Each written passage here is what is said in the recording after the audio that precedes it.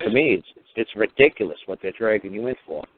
Hey, you know what? Why don't you tell people who don't even know who you are and what the hell we're talking about? Why don't you tell them what the hell is this about? I just realized that a lot of people don't even know who the hell you are, what this is about. I run a business that does have federal oversight.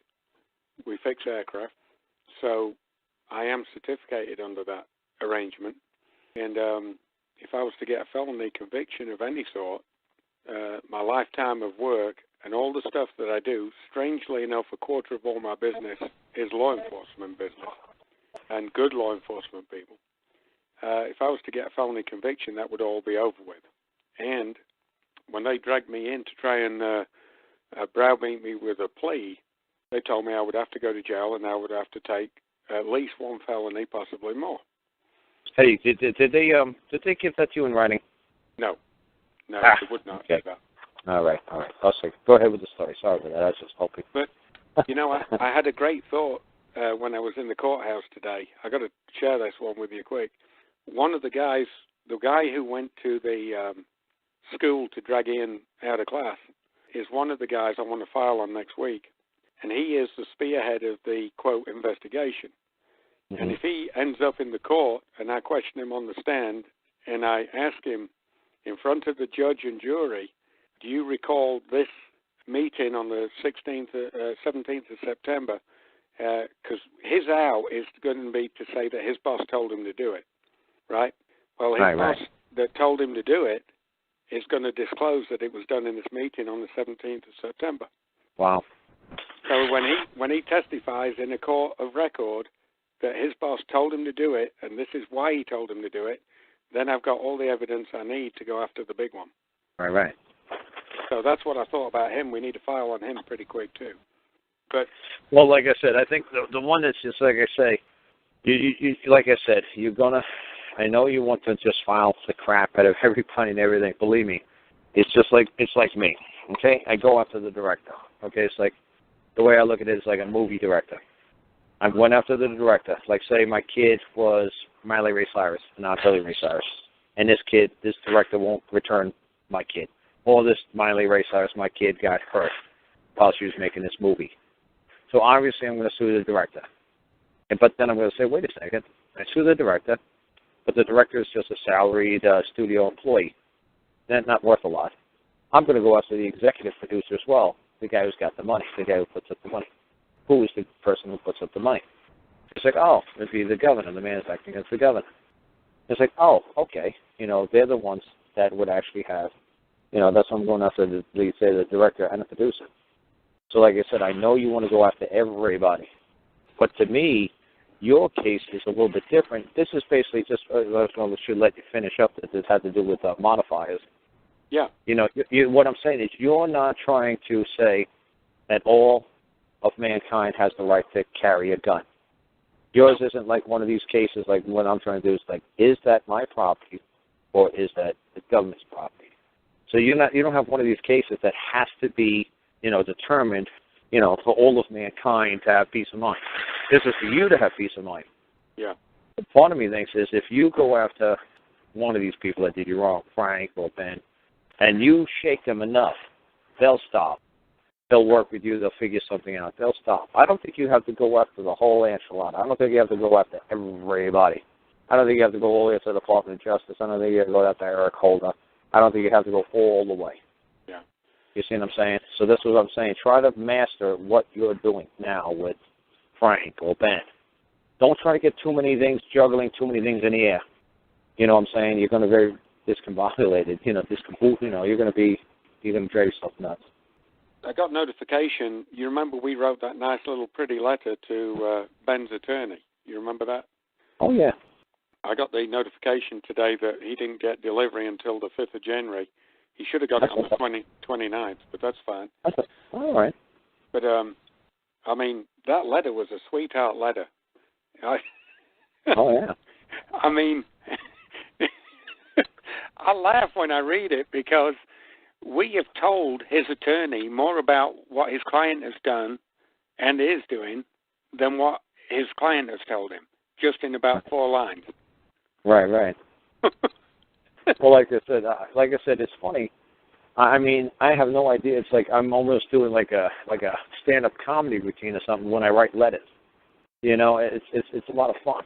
You know, when you really get into the game, Mm-hmm.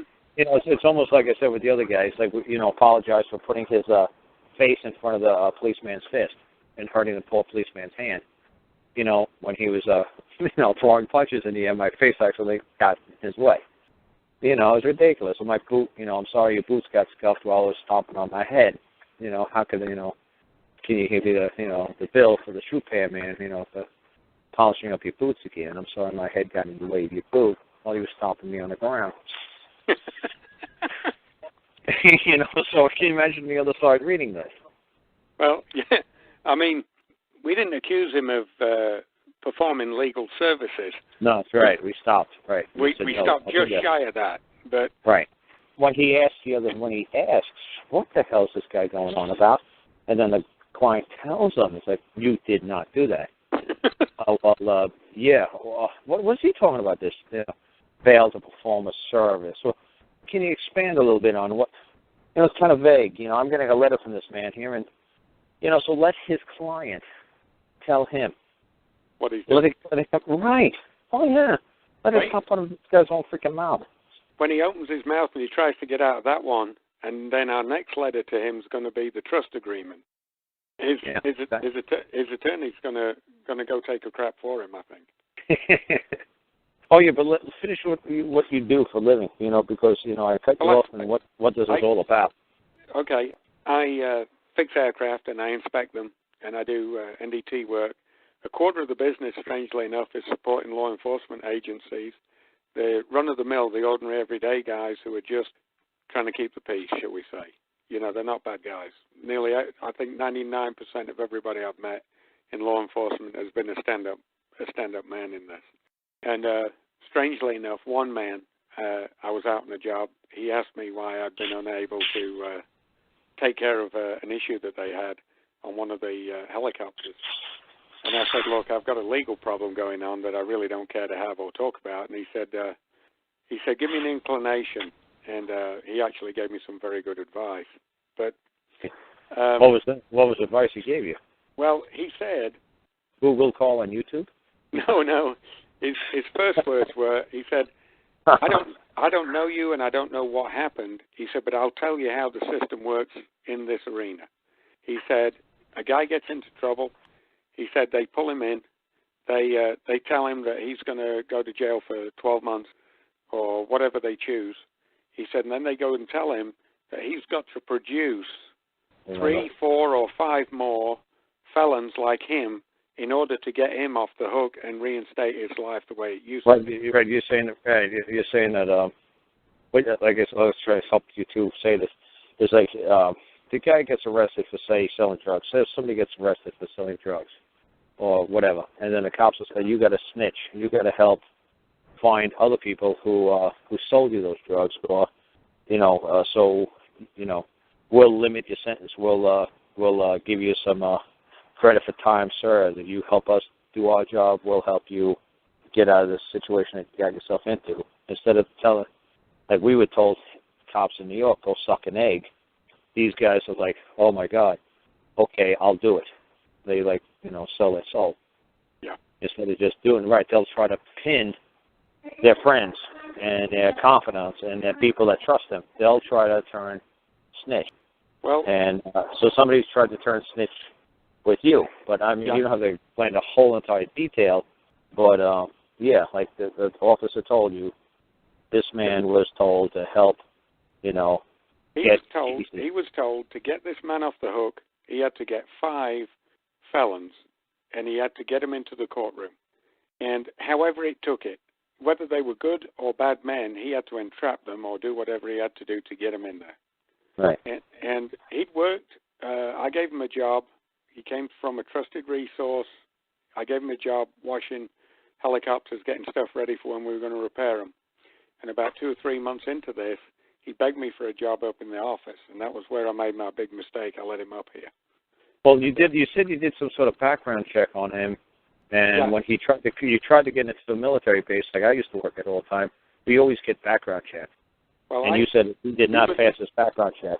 Correct. We were supposed to in, I want to say it was probably, I don't have the exact date, but beginning of May, we were supposed to go down to a base in Milton, Florida.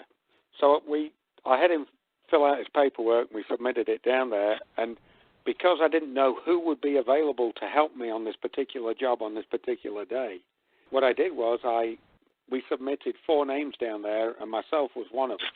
And all 3 other names came back really quickly as approved. And I had to call down because the other 2 people were not available. And I said, look, this one man, I said, is he not approved or did I just miss it on the email? And the lady in charge down there said, no, that application's on Mr. So-and-so's desk. He has to look at any application that is unusual. I said, oh. Wow. I said, can you define unusual? She said, I'm not at liberty to disclose that. She said, Right. but it needs his signature to override whatever it is that stopped his application in the system. Did you ever ask the man? Well, ask him? You I did ask him? I did ask him, and I said, look, I said, I can't take you to Milton, Florida. I said, you want to tell me what's going on? He said, I got in some trouble about 3 years ago. Wow. What did he say he got in trouble for? He just stopped at that point. He kind of stopped, and I said, how much trouble did you get into? And he said, well, my record's expunged. There shouldn't be an issue about me going to Milton, Florida for sure. Okay. And I said, you do understand that you never told me this on the front end. And he said, Right.